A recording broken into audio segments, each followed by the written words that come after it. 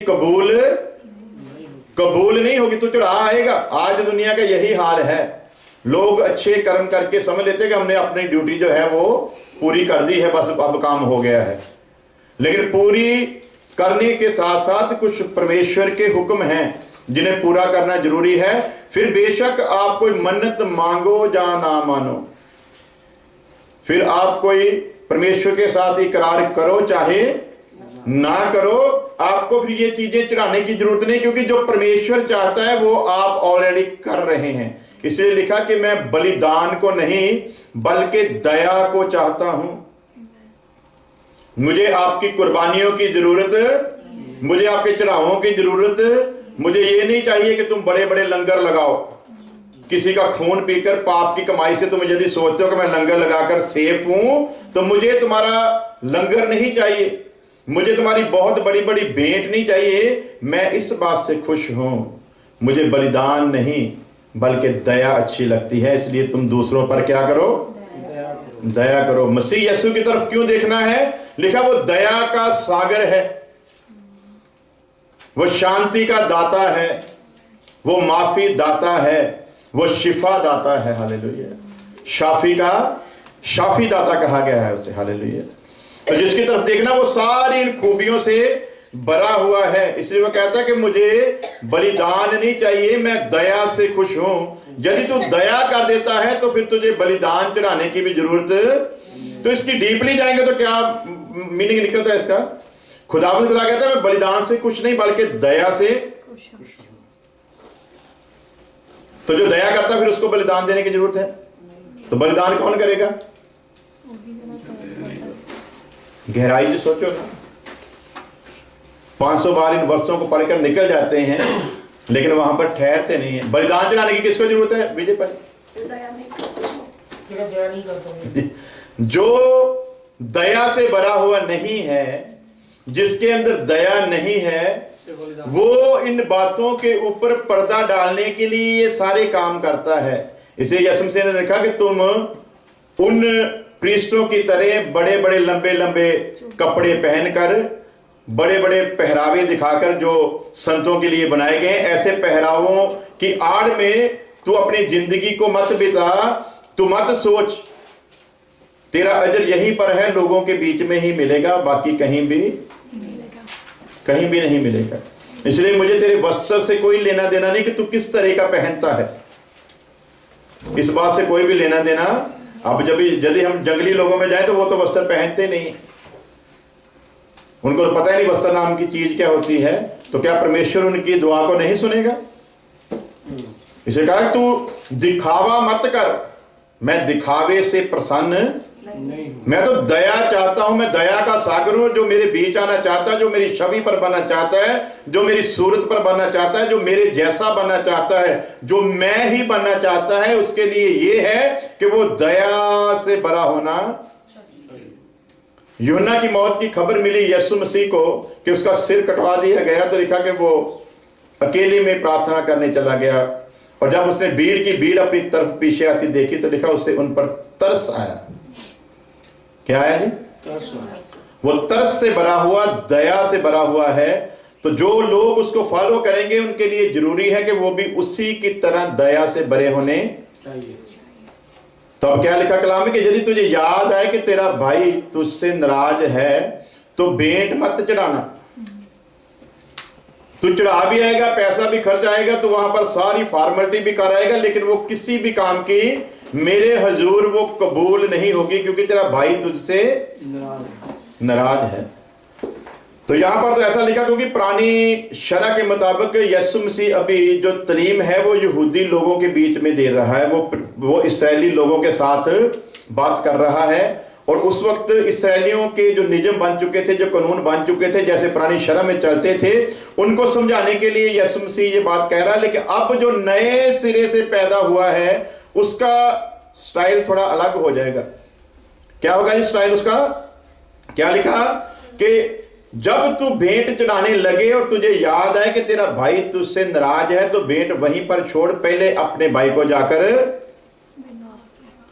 पहले उसके साथ जाकर तू संबंध बना, उसको माफ कर, उससे माफी मांग, और उसके साथ तू मेल कर ले।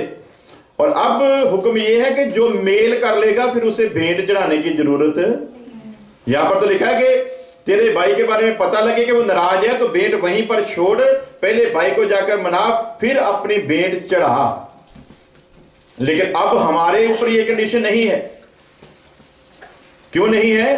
क्योंकि यीशु मसीह ने भी अपने आप को भेंट की नाई एक बार ही चढ़ा दिया। हालेलुया। इब्रानियों के खत में लिखा, उसने वो महाजाजकों की तरह, वो जाजकों की तरह वो बछड़ों का लहू लेकर बार बार नहीं जाता था या साल बाद नहीं जाता था। लिखा वो एक ही बार, हमारा महाजाजक जो था वो एक ही बार बछड़ों का लहू लेकर नहीं बल्कि अपना ही लहू लेकर अति पवित्र स्थान में, दुनिया के बनाए हुए पवित्र स्थान में नहीं बल्कि सीधा परमेश्वर के हजूर पहुंचा। हालेलुया।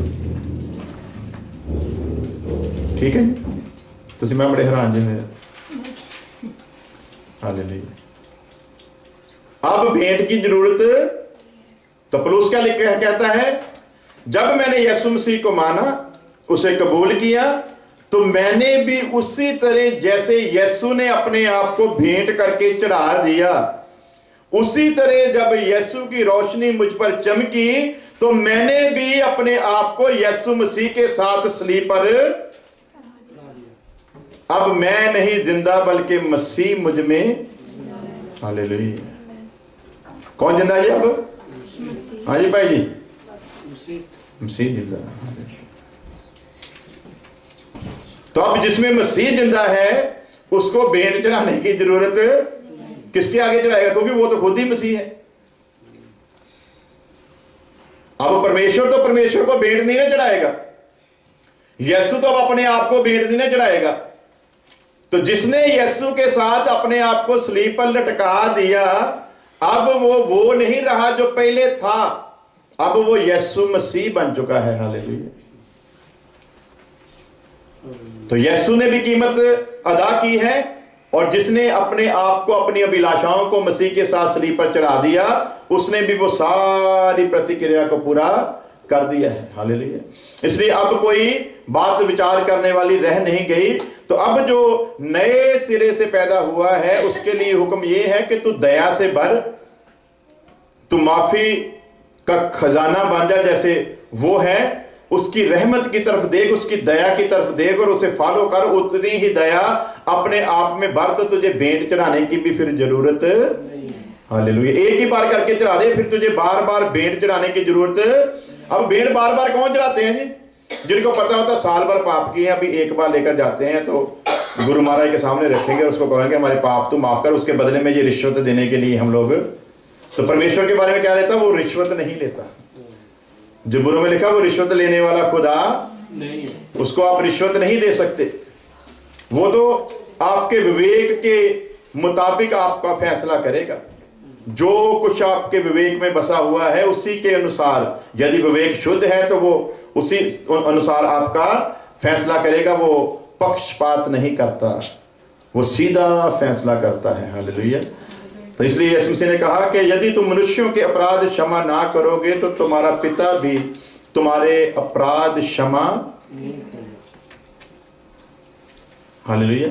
इसलिए पहले हमें करने हैं, फिर वो करेगा। लेकिन जो यीशु मसीह में नहीं आया, नया है, अभी आ रहा है, उसको पहले परमेश्वर माफ करेगा, फिर वो दूसरों को माफ करेगा। और जब वो आ जाएगा मसीह में, फिर वो किसी को माफ नहीं करता, तो परमेश्वर भी कभी उसको माफ, फिर परमेश्वर भी उसे माफ नहीं करेगा। इसलिए लिखा कि यदि मनुष्यों के अपराध क्षमा ना करोगे तो तुम्हारा पिता भी तुम्हारे अपराध क्षमा नहीं करेगा। पहला यूहन्ना 1 जॉन चैप्टर 1 वर्स 9 जल्दी जल्दी पढ़ेंगे। अब जिसने माफी देनी है उसके लिए खुदा का दास यूहन्ना इस प्रकार लिखता है, पढ़ेंगे जल्दी जल्दी। जे ਅਸੀਂ ਆਪਣੇ ਪਾਪਾਂ ਦਾ ਇਕਰਾਰ ਕਰੀਏ, ਜੇ ਅਸੀਂ ਆਪਣੇ ਪਾਪਾਂ ਦਾ ਇਕਰਾਰ ਕਰੀਏ ਤਾਂ ਉਹ ਵਫਾਦਾਰ ਅਤੇ ਧਰਮੀ ਹੈ ਭਈ ਸਾਡੇ ਪਾਪਾਂ ਨੂੰ ਮਾਫ करे हालेलुया ਅਤੇ ਸਾਨੂੰ ਸਾਰੇ ਕੁਧਰਮ ਤੋਂ शुद्ध करे।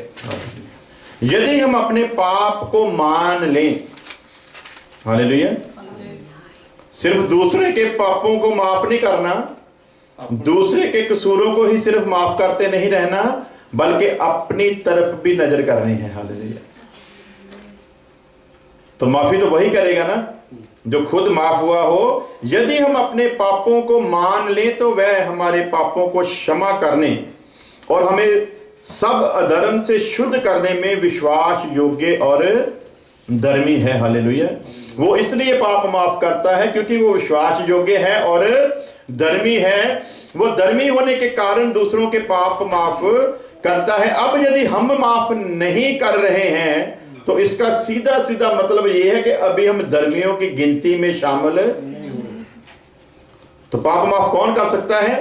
परमेश्वर धर्मी है कि कमांगे रेजी दे जी धर्मी नो हैं राइचस। ठीक है, वो जड़ा धर्मी है इसलिए वो पाप माफ करता है क्योंकि वो धर्मी है। धर्मी जन जो है वो पाप माफ कर सकता है। और अब हमारे लिए हुक्म क्या है कि तुम दूसरों के पाप माफ करो। अब यदि हमसे पाप माफ नहीं हो रहे हैं तो उसका फिर मतलब क्या है? यदि माफी करने की शक्ति हमें नहीं है तो इसका मतलब अभी हमारे अंदर वो धर्मी बीज जो है वो अभी आया नहीं। अभी उस धर्मी की सूरत पर हम बने। जब उसकी सूरत पर बन जाएंगे, जब धर्मी हो जाएंगे, तब किसी को भी माफ करने की शक्ति हमारे अंदर आ जाए। मुझे याद है अभी वो एक खादिम है खुदा का, उसका नाम मुझे भूल गया। वो किसी वजह से पहले उसको जेल में जाना पड़ा और जेल में ही मसीह यीशु को कबूल करने की उसे समय मिला। उसके भाई को किसी ने कत्ल कर दिया था।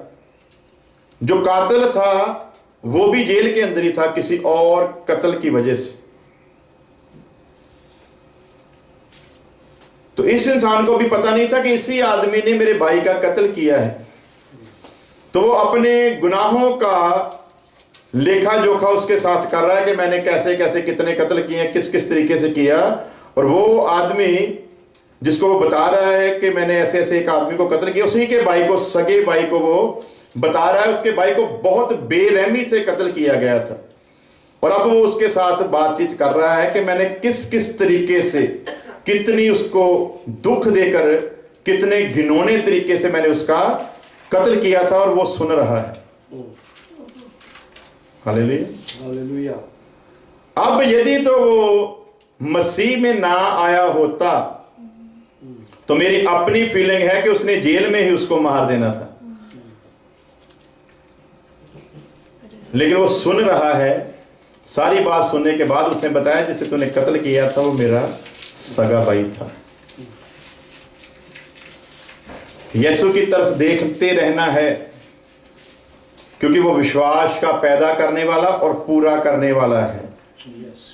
और जो विश्वास का पैदा करने वाला और पूरा करने वाला है, जब उसकी तरफ हम देखते रहेंगे तो जैसे उसके गुण थे, जैसी उसकी खूबियां थी, वो सारी खूबियां हमें दिन बर दिन आती रहती हैं। और जिस प्रकार उसने फिर अपने मारने वालों के लिए दुआ की कि पिता इन्हें माफ कर क्योंकि ये जानते नहीं कि क्या कर रहे हैं, उसी प्रकार फिर जो धर्मी हो जाता है उसकी भी सोच फिर इसी प्रकार हो जाती है। इसी प्रकार हो जाती है। तो अब पाप माफ कौन कर सकता है जी? जो धर्मी बन चुका है वही किसी के पाप। तो जो नहीं माफ करता फिर वो क्या है? इसका मतलब वो धर्मी नहीं है। हालेलुया। ਜਿੱਦਾਂ ਤੁਸੀਂ ਕਹਿੰਦੇ ਨਹੀਂ ਮਾਫ ਕਰਦਾ, ਉਹਦੇ ਅੰਦਰ ਜਿਹਦੇ ਅੰਦਰ ਬੀਜ ਨਹੀਂ ਆਇਆ, ਇਹਦਾ ਮਤਲਬ ਉਹਦਾ ਨਵਾਂ ਜਨਮ ਨਹੀਂ ਹੋਇਆ ਹੈ ਨਾ। ਤੇ ਜੇ ਇਹਨੂੰ ਇਹ ਕਹੀਏ ਵੀ ਦੂਜੇ ਸ਼ਬਦਾਂ 'ਚ ਵੀ ਇਹਦਾ ਮਤਲਬ ਉਹਦੇ ਆਪਣੇ ਵੀ ਪਾਪ ਮਾਫ ਨਹੀਂ ਹੋਏ, ਇਸੇ ਕਰਕੇ ਉਹ ਨਹੀਂ ਕੀਤੇ ਨੇ। ਜਿਹੜਾ ਮਾਫੀ ਪਾਇਆ ਹੋਇਆ ਹੋਗਾ ਉਹੀ ਤੇ ਕਿਸੇ ਨੂੰ ਮਾਫ ਕਰ ਸਕਦਾ ਨਾ, ਜਿਹਦੇ ਆਪਣੇ ਮਾਫ ਹੋਏ ਹੋਣਗੇ। नहीं, 3 कंडीशनें हैं। नंबर 1, जब उसने तौबा की थी, सोच क्या थी? जब तौबा की, जिस सोच के साथ तौबा की, उस वक्त तौबा असली थी। परमेश्वर ने उसकी असली तौबा को देखा, पाप को माफ कर दिया उसके, लिखा तुम्हारे पुराने पाप याद ना किए जाएंगे। फिर वो मसीह में चलना शुरू हुआ, फिर दोबारा वो जो रूह था उस मुताबिक अब नहीं चल रहा है जिस मुताबिक यीशु मसीह को कबूल किया था। अब फिर जिंदगी में गुनाह आने शुरू हो गए हैं। जब उसने माना था यीशु मसीह को और अपने पापों के लिए तौबा की थी और कबूल किया था, उस वक्त खुदा ने भी उसे माफ किया था और उस वक्त उसका अपना भी ये मन था कि मैं अपने सभी विरोधियों को माफ। और आपको याद होगा कि जब जब नया जन्म पाता है आदमी तकरीबन अपने दुश्मनों से मिलने के लिए जाता है, उनसे माफी मांगता है। लेकिन जैसे ही वो शरीरता जो है वो अपना काम भी अंदर अंदर करती रहती है और जैसे जैसे फिर पाप जन्म लेता है तो वो पाप फिर धर्मी नहीं रहने देता और जैसे जैसे वो बढ़ता जाता है उसी प्रकार फिर माफी देने की जो शक्ति है वो कम होती, पाप बढ़ रहा है और माफी की शक्ति कम होती जा रही है। इसके उल्टे चलेंगे, जैसे जैसे पाप का लेवल डाउन होगा माफ करने की शक्ति ऊपर उठती जाएगी। पानी में कोई चीज डालते जाओ पानी बाहर आता जाएगा और जो चीज डालोगे उसके साथ वो बढ़ता जाएगा। अगर ठंडे पानी में भी गर्म पानी डालते जाओगे एक वक्त आएगा सारा पानी गर्म हो जाएगा। अगर रेत डालनी शुरू कर देंगे एक समय आएगा पानी सारा बाहर आ जाएगा, रेत ही रेत। तो किस चीज से हम भर रहे हैं, जिस चीज से भर रहे हैं वो ऑटोमेटिक दूसरी चीज के वजूद को खत्म करती जाएगी। तो अब यदि हम कहते हैं कि हमसे माफ नहीं हो रहा तो इसका सीधा सीधा मतलब यह है कि हम में अभी वो बीज उस प्रकार का नहीं रहा जिस प्रकार से हमने पहली तौबा, इसलिए किया पहली तौबा को याद कर कि तूने किस रीति से मुझे कबूल किया था और किस रीति से तूने बहुत से इकरार किए थे मुझसे, पर अभी तो उन पर खड़ा नहीं है। और हमें सब अधर्म से शुद्ध करने में विश्वास योग्य और धर्मी, वो विश्वास योग्य भी है और धर्मी भी है, इसीलिए उसने हमें हमारे पापों से क्षमा किया है। तब क्षमा किया जब हमने अपने पाप मान लिए। यदि हम अपने पापों को मान लें तो वह हमारे पापों को क्षमा करने और हमें सब अधर्म से शुद्ध करने में विश्वास योग्य और धर्मी है। हालेलुया। यशायाह नबी की किताब उसका 43 अध्याय उसकी 25 और 26 वर्ष भी जल्दी जल्दी पढ़ेंगे। यशायाह चैप्टर 43 वर्स 25 to 26। मैं ही ओ हाँ। हालेलुया। कौन है जी? मैं हाँ, मैं ओही हाँ। हालेलुया। परमेश्वर पंजाबी के ठोक बजा के गल दे मोर ला रहा है। की कह रहा? मैं हाँ, ये केड़ा मैं हाँ? ये ओही मैं हाँ जिन्हें मूसा ने दर्शन देता और मूसा ने पूछा तू कौन है। यदि इस्राएली पूछे कि तुझे किसने भेजा है तो तुम उनको कहना जो मैं हूं सो उसने मुझे तुम्हारे पास भेजा। अब परमेश्वर पूरी मोहर लगा रहा है मैं हूं। पढ़ो पंजाबी दे विच। मैं हाँ हाँ मैं ही ओ हाँ। मैं हाँ ते मैं ही मैं हूं और मैं वही हूं। जो तेरे अपराधां नूं अपने निमित्त मिटाउंदा हां। हालेलुया। मैं हूं, मैं वही हूं जो तुम्हारे पापों को अपने सामने मिटाता हूं। आगे पढ़ेंगे जी। अते मैं तेरे पापां नूं चेते नहीं रखांगा। दो गल्लां है जी। क्या है जी? अपराधां नूं मिटाउंदा है, दूसरा वो चेते नहीं रखदा। ਅਸੀਂ ਕੀ ਕਰਦੇ ਹਾਂ? जी साहब को चेते भी रखते हैं, मिटाउंदे पड़े।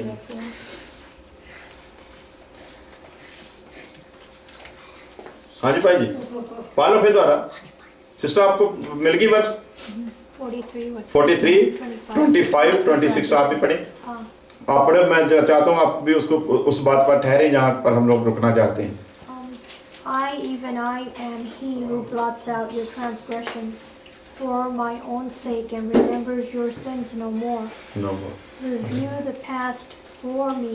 तो हम लोग क्या करते हैं? हम लोग कभी कभी एक दूसरे के पापों को उछालते हैं, माफ कर देते हैं। पहली थां जाओ ना, बाद उछाल दें। माफ नहीं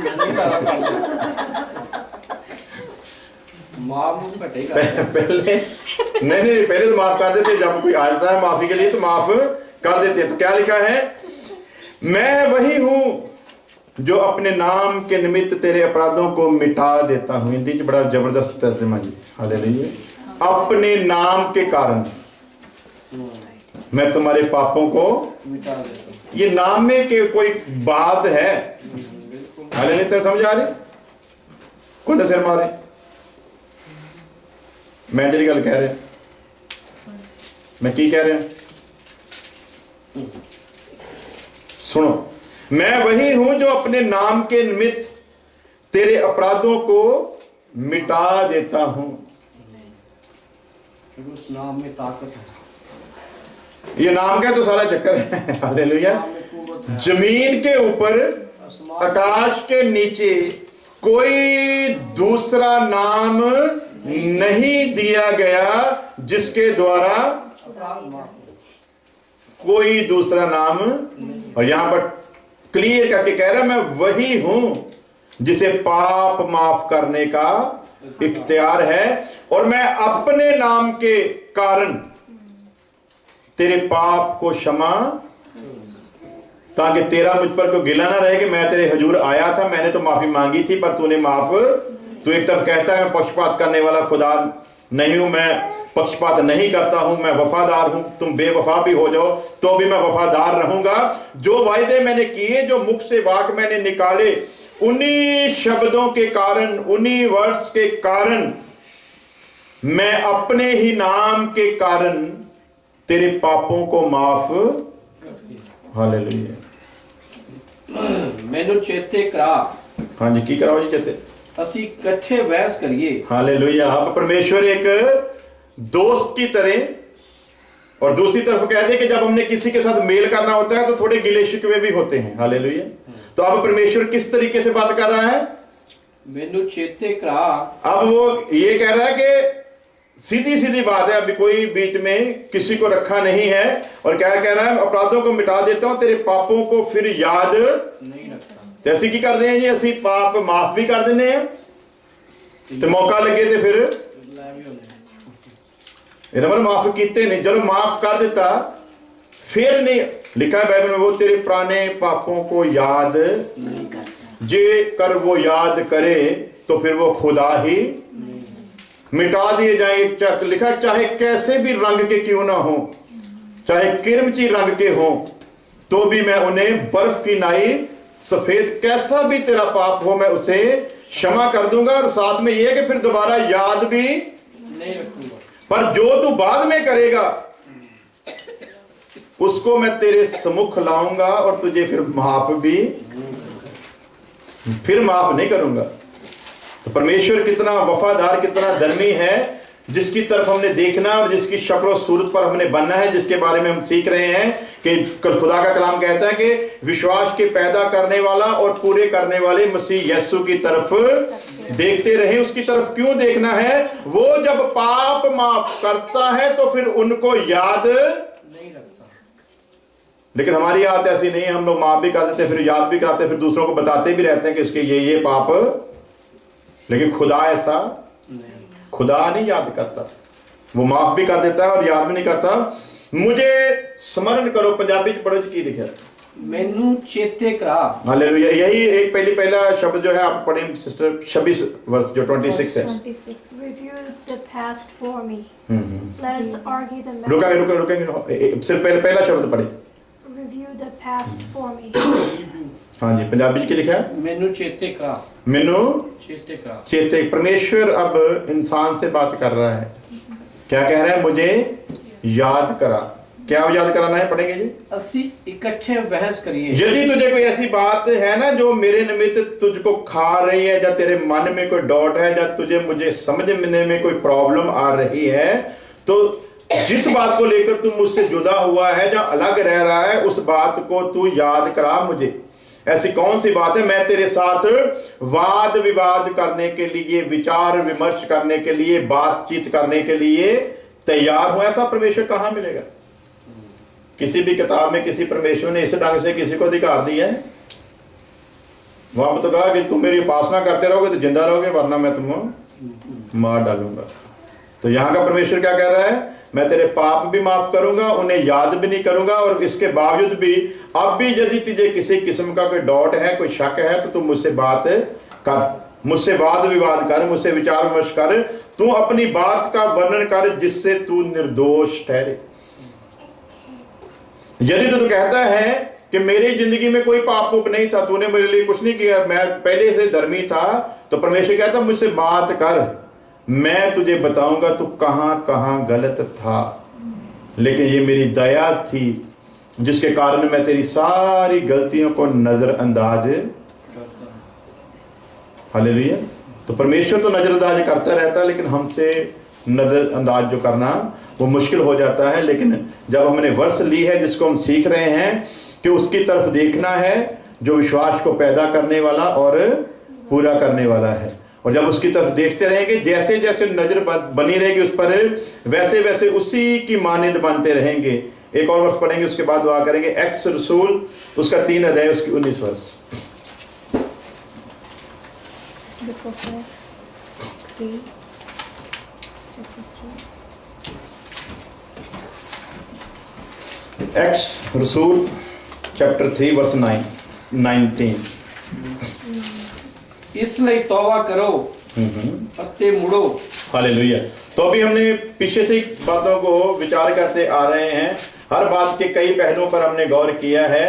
पहले हमने देखा कि चढ़ावा जो है वो चढ़ाना है, भेंट देनी है, उसके ऊपर हमने विचार किया है। उसके बाद देखा कि परमेश्वर पाप माफ करता है, फिर उन्हें याद भी नहीं करता। और यदि कोई इंसान कहता है कि मेरे मुझ में कोई गलती नहीं, तो वो कहता है कि मैं तेरे साथ वाद विवाद करने के लिए भी तैयार हूं। तू मुझे बता कि तू किस तरीके से अपने आप को निर्दोष ठहराता है। मेरी ही वजह से तू अभी दोषी नहीं पाया जाता, वरना यदि मेरी दया ना होती तो तू कभी भी अपने आप को निर्दोष साबित नहीं कर सकता था। और अब रसूलों के द्वारा परमेश्वर हमसे क्या बात कर रहा है, पढ़ेंगे।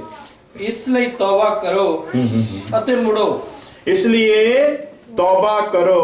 अब क्या कहता है कि यदि तो निर्दोष साबित कर सकता है अपने आप को तो ठहरा, यदि नहीं कर सकता तो मेरे रसूलों की बात सुन। तो रसूल क्या कह रहा है? इसलिए तौबा करो। इसलिए तौबा करो, तुम्हें तौबा करने की जरूरत है। हालेलुया। आगे पढ़ेंगे। मुड़ो, तौबा करो और मुड़ो, वापस भी आओ। देखेंगे क्या लिखा है, रिटर्न लिखा है या कम बैक लिखा है? Turn to God. It हाँ says जी। come from the Lord. Turn Come. to God. Come from the Lord. Come from the God. Hallelujah. इसलिए तौबा करो और मुड़ो। मुड़ो। पंजाबी में लिखा है तौबा करो तो मुड़ो, उसका मतलब है वापस आ जाओ। तो तौबा करके कई बार हम वापस नहीं आते, हम और आगे निकल जाते हैं। तो क्या कह रहा है खुदा? वापस आना है, आगे नहीं निकलना। यदि आगे निकलोगे फिर तौबा किसी भी काम की, तौबा किसी काम की नहीं रह जाएगी। तू सोचता रहेगा, तुझे शैतान कहता रहेगा जिन तूने तौबा की तो थी।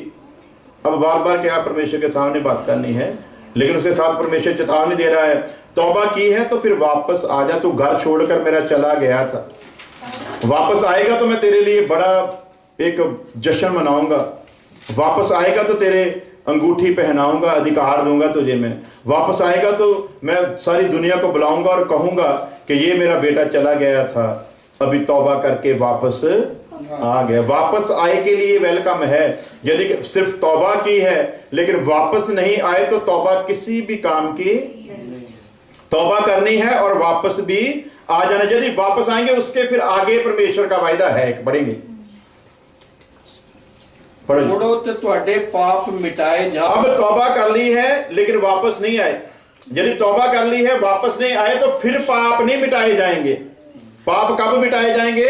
जब तौबा करोगे और वापस आ जाओगे। अब बेटा दूर से कहीं चिट्ठियां लिख लगा, पिताजी मैंने तौबा कर ली है तो मुझे माफ कर दे, मैंने तौबा कर ली है तो मुझे माफ कर दे। तो घर में ना आए तो पिता क्या करेंगे? पिता की तो एक ही कंडीशन होगी, यदि तो तौबा करता है तो कहता है कि मैंने तौबा कर ली है, फिर घर वापस, फिर तुझे घर वापस आना होगा। जब वापस आएगा तभी तेरे लिए सारी आशीषें और बरकतें हैं। यदि तू वापस नहीं आता तो फिर तेरे लिए कुछ भी। तो जाड़ू पुत्र की कहानी जब हम पढ़ते हैं तो क्या लिखा है? वो तौबा की वहां पर ही उसने, सूरों के बीच में तौबा की ना, किसी मंदिर में जाकर तौबा नहीं की उसने।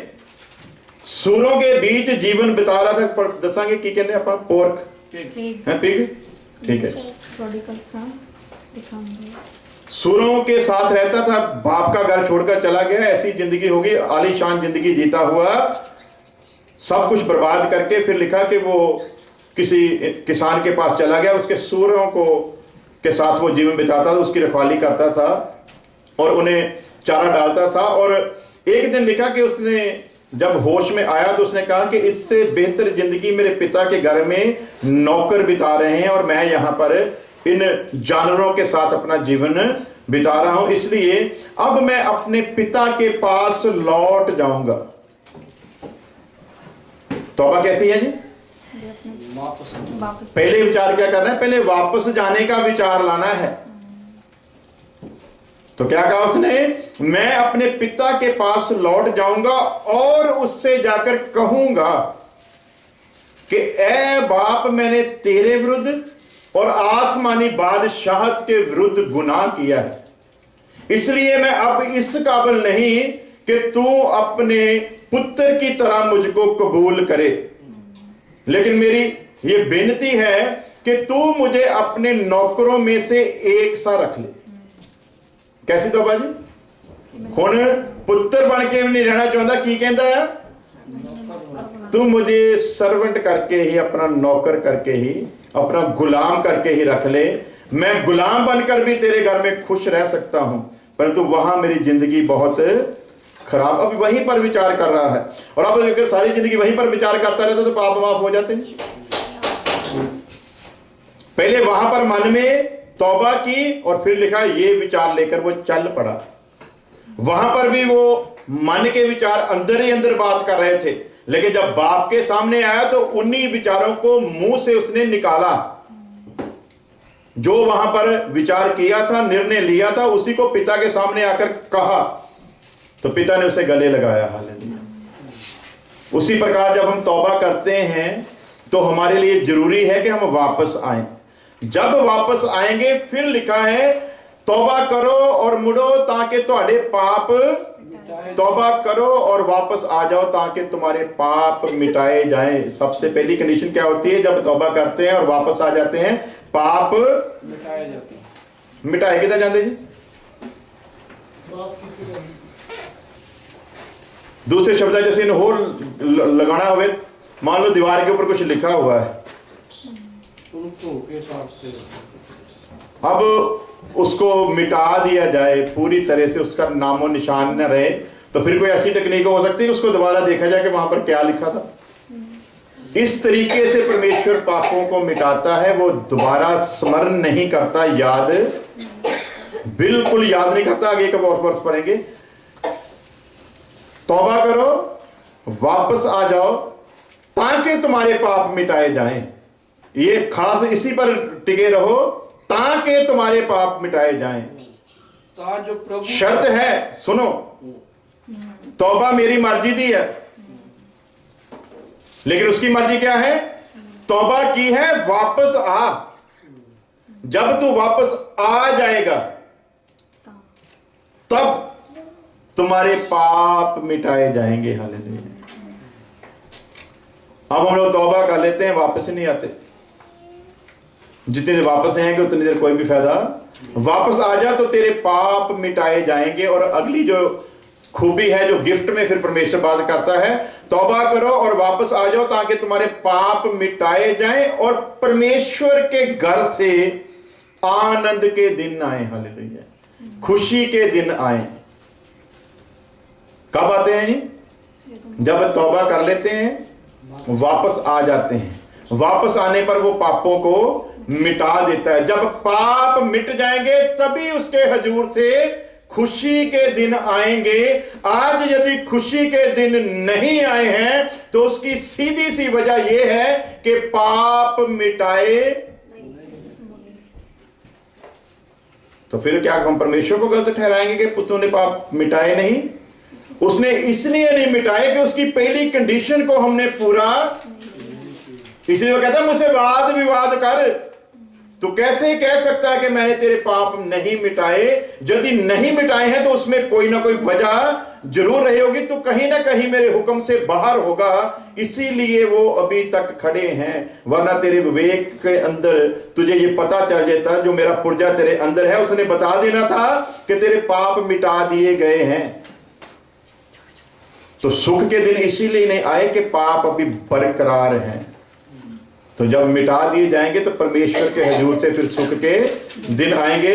इशाया 1 उसकी 18 वर्ष में लिखा है, इशाया 1 चैप्टर वर्स 18, यहोवा कहता है आओ हम आपस में वाद विवाद करें। यहां पर भी वही बात कर रहा है, आओ हम आपस में वाद विवाद करें, तुम्हारे पाप चाहे लाल रंग के हों तो भी वह हिम की नाई उजले हो जाएंगे। के हो जे पाप जी?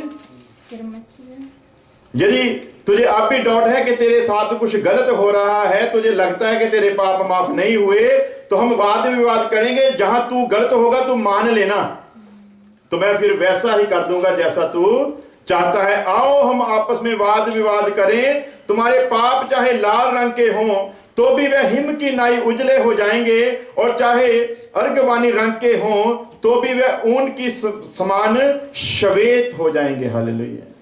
पंजाबी पढ़ ले फिर दुआ करिए। आओ असी सलाह करिए, यहोवा आखदा है। आओ हम सलाह करें, परमेश्वर कहता है।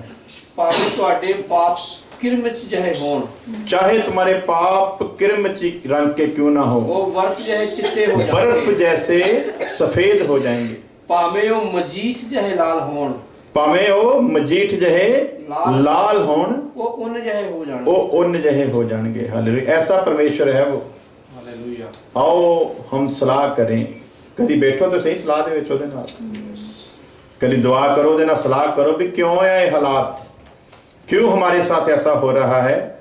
तो उसका वायदा है जब तू सलाह करने के लिए बैठेगा तो मैं तुझे हर बात बताऊंगा। तू मुझे पुकार और मैं तुझे उत्तर दूंगा, और वह बातें बताऊंगा जिन्हें तू नहीं जानता। 2 कुरिन्थियों 5:17 में लिखा, सो यदि कोई मसीह में है तो वह नई सृष्टि है, पुरानी बातें बीत गई, देखो सब नया होगी। इस नए साल में खुदा का आपके साथ वायदा है कि यदि तुम मसीह में हो तो अब तुम्हारा पुरानी जिंदगी से कोई लेना देना नहीं रह गया। भूल जाओ अपने पुराने पापों को, मैंने भी माफ कर दिया, तू भी उन पापों को भूल जा। पुरानी बातें बीत गई, देखो सब कुछ बीत गया। 2014 का सारा कुछ अभी क्या हो गया, सब कुछ नया हो गया। वर्ष है 2 Corinthians चैप्टर 5 वर्स 17। तो आओ हम अपनी आंखों को बंद करते हैं, सिरों को झुकाते हैं, आज के सुने हुए कलाम के लिए परमेश्वर की शुक्रगुजारी करें। धन्यवाद हो खुदा, सचमुच तू धर्मी है और विश्वास योग्य है खुदाबंद। Yes Lord. हम ही कुधर्मी हैं खुदाबंद, हम ही अविश्वासी हैं। तू हमेशा धर्मी था, है और रहेगा। तू हमेशा विश्वास योग्य था, है और रहेगा। सचमुच खुदावंद हमें ऐसा बना कि हम तेरे पुत्र यीशु नासरी को देखते रहें, जो विश्वास का पैदा करने वाला और पूरा करने वाला है। उसकी सारी खूबियां हमें आ सके तो हम पर फजल बनाए रख खुदा। तेरे कलाम में से हमने सीखा, सचमुच हमारे पाप कैसे भी घिनौने क्यों ना हो, तू उन्हें माफ कर देता है जब हम तेरे आगे झुक जाते हैं और वापस आ जाते हैं। तू माफ भी करता है और उन्हें कभी याद भी नहीं करता। सचमुच तू हमें भी ऐसा बना इस साल में कि हमारी सोच भी तेरी तरह हो जाए, तुझे देखते देखते हम तेरे जैसे हो जाएं, तुझे देखते देखते तेरे कद तक पहुंच जाएं, तुझे देखते देखते तेरे स्वभाव को अपने अंदर ले लें। हमारा वही स्वभाव हो जो मसीह यीशु का है। जैसा तेरा कलाम बताता है, जो कोई मुझको देखे सूरत वो तेरी देखे। खुदा के दास ने बहुत अच्छा लिखा है, जो कोई मुझको देखे सूरत वो तेरी देखे, बन जाए तेरा ही नूर। हालेलुया। आज उसे कहिए, सचमुच हम तेरा नूर बनना चाहते हैं। हमें भी ऐसा बना जैसे तू हमारे पापों को याद नहीं करता, जैसे तू हमारी गलतियों को याद नहीं करता, भूल जाता है और उन्हें याद तक नहीं रखता, उसी तरह हम भी बन जाए। हमें भी माफी की वही शक्ति हो जो तुम में थी। हम भी कोड़े खाकर शराब ना दें बल्कि दुआएं देने वाले हो जाएं। हम भी सलीब पर लटकते वक्त कह सकें, ऐ बाप इन्हें माफ कर, क्योंकि ये नहीं जानते कि ये क्या कर रहे हैं। तो अपनी दया से हमें भर दे, तेरा कलाम हम सब में ठहर जाए और हम सब तेरा कलाम बन जाए। हमारी दुआ को सुन ले मसीह यीशु के नाम में, आमीन। अब हमारे खुदा यीशु मसीह का फजल, खुदा बाप की मोहब्बत, पाक रूह की संगत आपसे लेकर हमेशा तक उसके तमाम लोगों के साथ बनी रहे, आमीन। खुदा सारे ने बरकत दे। हालेलुया।